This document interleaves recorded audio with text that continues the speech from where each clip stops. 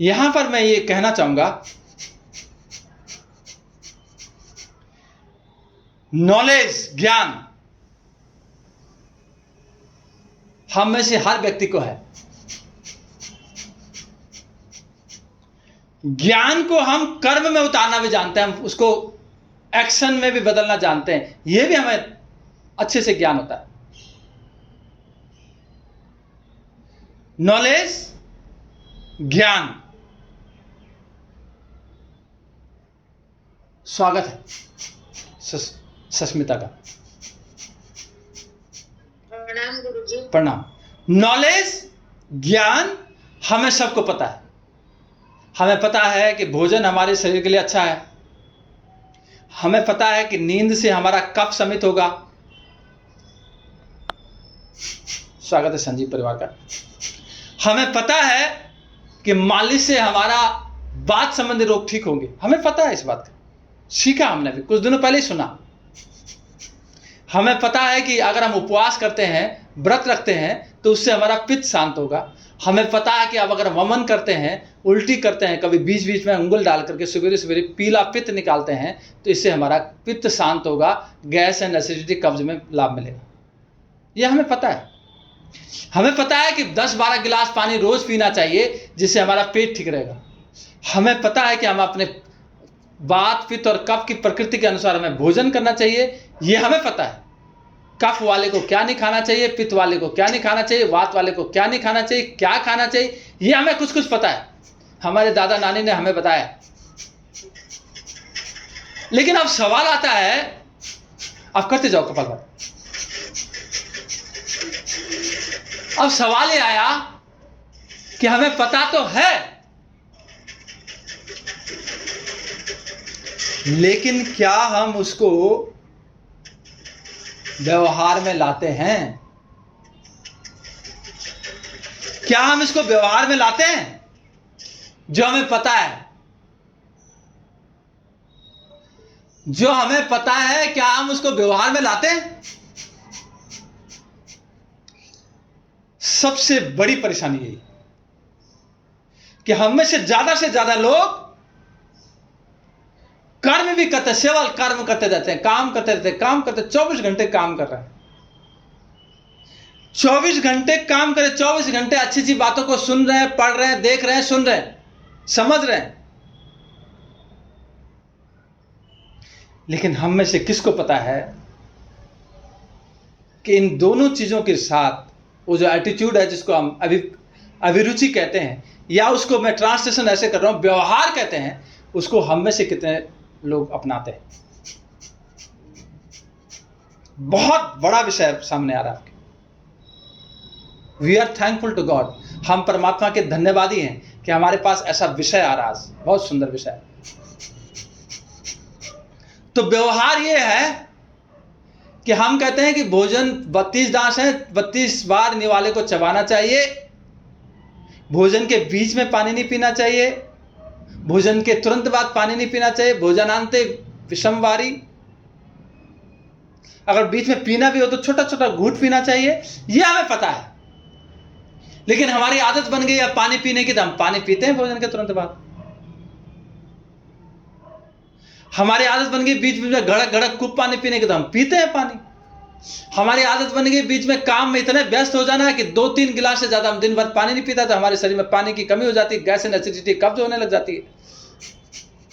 हमें पता है कि सप्ताह में एक बार कहीं ना कहीं मालिश बुलिश करनी चाहिए शरीर के, हम नहीं कर पाते। कितने बिजी हम काम में, अपने धंधे में, अपने रोजगार में। हमें पता है कि 15 दिन में एक बार या महीने में एक बार उपवास करना चाहिए, व्रत रखना चाहिए, पेट को शांति देनी चाहिए, सुकून देना चाहिए, आराम देना चाहिए, हम नहीं कर पाते।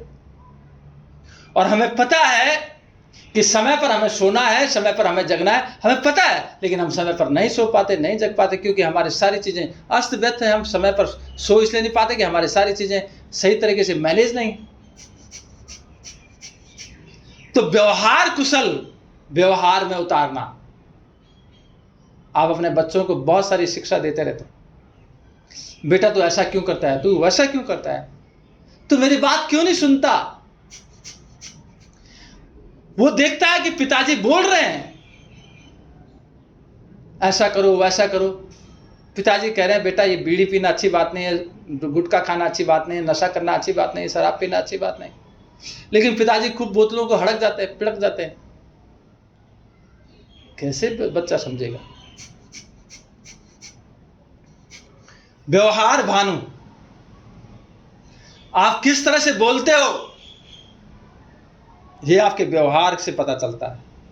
आपकी बॉडी लैंग्वेज कैसी रहती है, व्यवहार से पता चलता है। आप कई लोगों का ये बॉडी लैंग्वेज पे एलन पीज की एक किताब है, उसने लिखा कि आपके हाव भाव से पता चलता है कि आपके अंदर क्या चल रहा है। कई लोग हाथ को ऐसा रख लेते हैं, कई लोग कान को घुसेड़ते रहते हैं, उंगलियां घुसेड़ते हैं, कई लोग नाक में उंगली घुसेड़ते हैं, कई लोग कुछ सामने कोई चीज पड़ती है तो सोफे में बैठा तो सोफे को कुरेदना शुरू कर देते हैं, मिट्टी में बैठे हैं, कहीं धरती पर बैठे तो मिट्टी को खोदना शुरू कर देते हैं। ये सारे के सारे व्यवहार की चीजें नहीं है। व्यवहार कुशल तो वो व्यक्ति होता है, व्यवहार वो चीज है जो आपको शांत रखती है, कूल रखती है। अभी ये चल रहा है इस समय सत्र किसका? तप का, तपस्या का सत्र चल रहा है। तपस्या में आप सीधे बैठे हो, कमर सीधी है, गर्दन सीधी। अगर कोई टेढ़ा मेढ़ा बैठा होगा, हिल रहा होगा, डुल रहा होगा, तो समझ लेना कि आपके अंदर हलचल है, और उस हलचल को समाप्त करना व्यवहार कुशलता है। सुनना व्यवहार कुशलता है। किसी ने मेरे से पूछा कि आप इतना लोगों को बताते रहते हो, क्या इससे कोई चेंज आता है, परिवर्तन आता है, इससे कोई बदलता है? आपकी बात सुनी 7:30 बजे के बाद फिर वैसे के वैसे हो गए। तो मैंने कहा मेरी इन बातों को 1000 सुनेंगे, 1000 में से सैकड़ों गुनेंगे, सैकड़ों में से 10 चुनेंगे, और 10 में से एक के जीवन में परिवर्तन आ जाए। 100% आता है, 100%। लेकिन क्या मैं बोलना छोड़ दूं? क्या मैं इस मिशन का प्रसार करना छोड़ दूं? जैसे मैंने आपको बताया आज कि आज मेरे पास बहाना था नहीं सत्र को लेने का, बहाना था मेरे पास, क्योंकि मेरे कमर के ऊपर कूल्हे के ऊपर इतना सा गोला हो रखा है मैं पीठ के बल आराम से लेट भी नहीं पा रहा था, लेकिन मैंने आपके सामने सारी क्रियाएं करके दिखाई। कहां से आई ताकत, कहां से आई ये हिम्मत? ये हिम्मत इसलिए आई कि परमात्मा ने मुझे इतने में बकस दिया, इतने में ही छोड़ दिया। बोला बच्चे तुझे काम करना है, इसलिए मैं तेरे को इतना ही थोड़ा बहुत रिजल्ट दे रहा हूं, थोड़ा सा फिसलन वाली जगह में ध्यान से चल। ये भी व्यवहार है, ये भी व्यवहार है कि हम दूसरे को, मैं अपनी प्रिय पत्नी को बोल रहा था कि इस सीढ़ियों से थोड़ा आराम से उतरना, और मैं खुद ही उस सीढ़ी पे गिर गया। तो ये मेरी व्यवहार कुशलता की कमी थी, ये मेरी कमी थी। मतलब मैं आपको बताना चाहता हूँ, उसका थोड़ा बहुत हर्जाना मुझे भुगतना पड़ा, और हर्जाना तो भुगतना पड़ा, लेकिन हाँ इतना जरूर है कि मैं भगवान का, परमात्मा का इस बात के लिए धन्यवाद करता हूं कि उसने इतने में टाल दिया।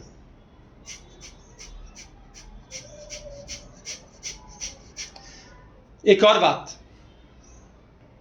बच्चे, यंग बच्चों में से आप कह रहे हो बच्चा संस्कार से दूर हो रहे हैं, संस्कारों से।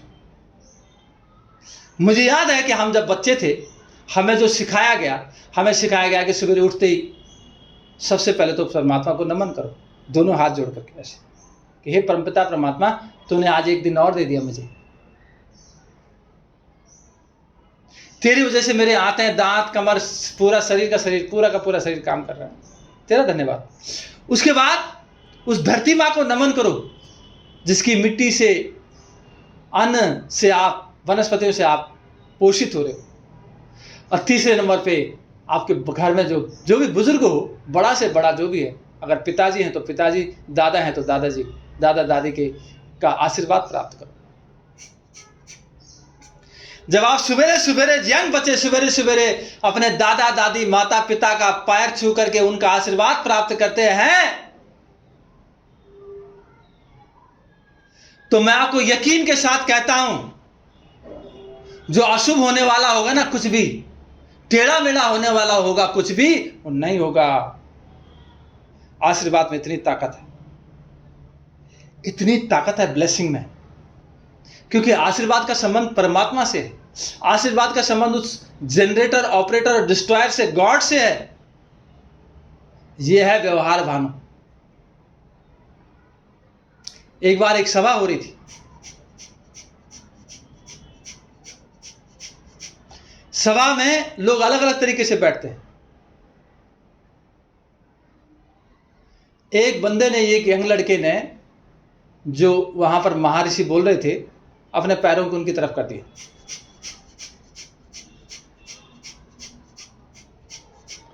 ऋषि ने उनको कुछ नहीं कहा, लेकिन बाद में उसको बुलाया, लड़के को बोला, बेटा एक बात बता, तूने ये जो पैर मेरी तरफ किए, क्या किया तूने? तूने मेरा कोई नुकसान नहीं किया, लेकिन हां ये जरूर है, आज तूने मेरी तरफ पैर किए हैं, कल अपने माँ बाप की या कोई या गुरुजन की तरफ ऐसे पैर करोगे तो हो सकता है कि तुम्हें बहुत बड़ी डांट भी मिल सकती है और तुम्हारी बहुत हानि हो सकती है। हमें पता नहीं चलता कि हम जब इस तरह का व्यवहार करते हैं, हमारे बारे में दुनिया क्या कहेगी। फिर क्या होता है, लोग उस व्यक्ति के लिए कहते हैं, अरे वो लड़का, वो तो वहां बैठा हुआ था सभा में, वो तो पैर फैला के बैठा हुआ था, सामने उसने जो संत थे उनके आगे पैर कर रखे थे। तो बोला सारे परिवार की नाक कटेगी, सारे परिवार की बदनामी होगी। और कोई बच्चा अगर सभ्यता के साथ किसी सभा में बैठा हुआ है, शांति के साथ बैठा हुआ, तो लोग ये भी कहते हैं, आहा किस घर का बच्चा होगा, कितना बढ़िया संस्कार मिलेगा। तो व्यवहार। एक बात और, एक बार एक राजा जा रहे थे, ध्यान से सुनो जरा, स्वागत है गोविंद सिंह जी का। राजा जा रहे थे, रानी, राजा की रानी आंगन में अपने सेक्रेटरी से बात कर रही थी, अपने सचिव से बात कर रही थी, मंत्री से बात कर रही थी।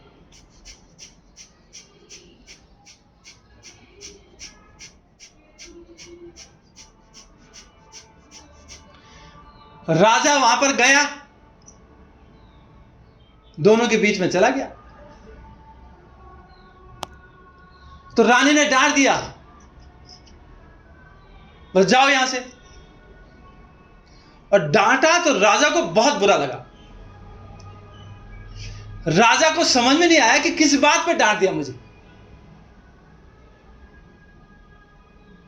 मुझे किस बात पे डांटा गया। फिर राजा ने दरबार लगाया,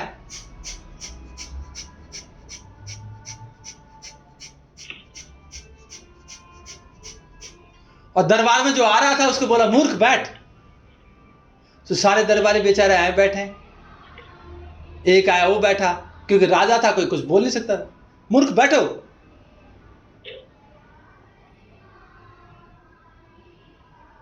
और फिर अचानक आ गए कालिदास। तो कालिदास को भी ऐसे कह दिया राजा ने, मूर्ख बैठो।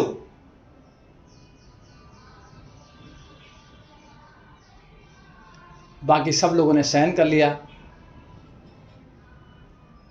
कालिदास ने इसका मुंह तोड़ जवाब दिया।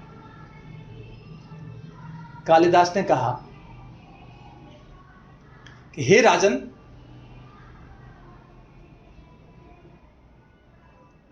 मेरे से ऐसी कौन सी चूक हो गई, कौन सी भूल हो गई, कौन सा अपराध हो गया कि आपने मुझे मूर्ख कहा। बोला, मेरा व्यवहार देखो, मैं क्या करता हूं। बोला, मैं खड़े होकर खाना नहीं खाता। खड़े होकर के खाना खाना और व्यवहार में आता है, एटिकेट्स में नहीं आता।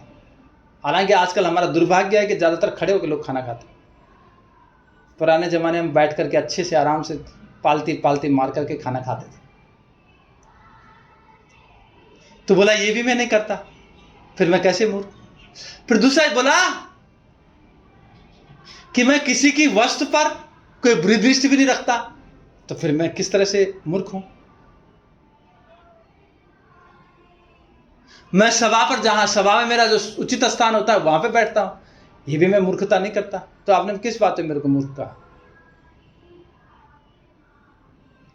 तो बोला, मैं जब दो लोग बात कर रहे होते हैं, जब दो लोग बात कर रहे होते हैं, तो मैं उनके बीच में जाकर के उनकी बात में जाकर के उनकी बात को नहीं सुनता, उनके सामने खड़ा नहीं होता, तो भी मैं मूर्ख नहीं। राजा ये जानना चाहता था कि किस बात से रानी ने मेरे को मूर्ख कह दिया, किस बात से रानी ने मुझे डांट दिया। तब राजा को समझ में आया, ये बात जब कालिदास ने बताई कि दो लोगों के बीच में जब बात हो रही होती है, तब तीसरे व्यक्ति को उनके बीच में नहीं जाना चाहिए, उनकी बात नहीं सुननी चाहिए, ये मूर्खता का परिणाम है, प्रमाण है। तब राजा को समझ में आया कि मैंने ये मूर्खता की कि वो रानी जो है अपने सचिव से बात कर रही थी और मैं बीच में चला गया।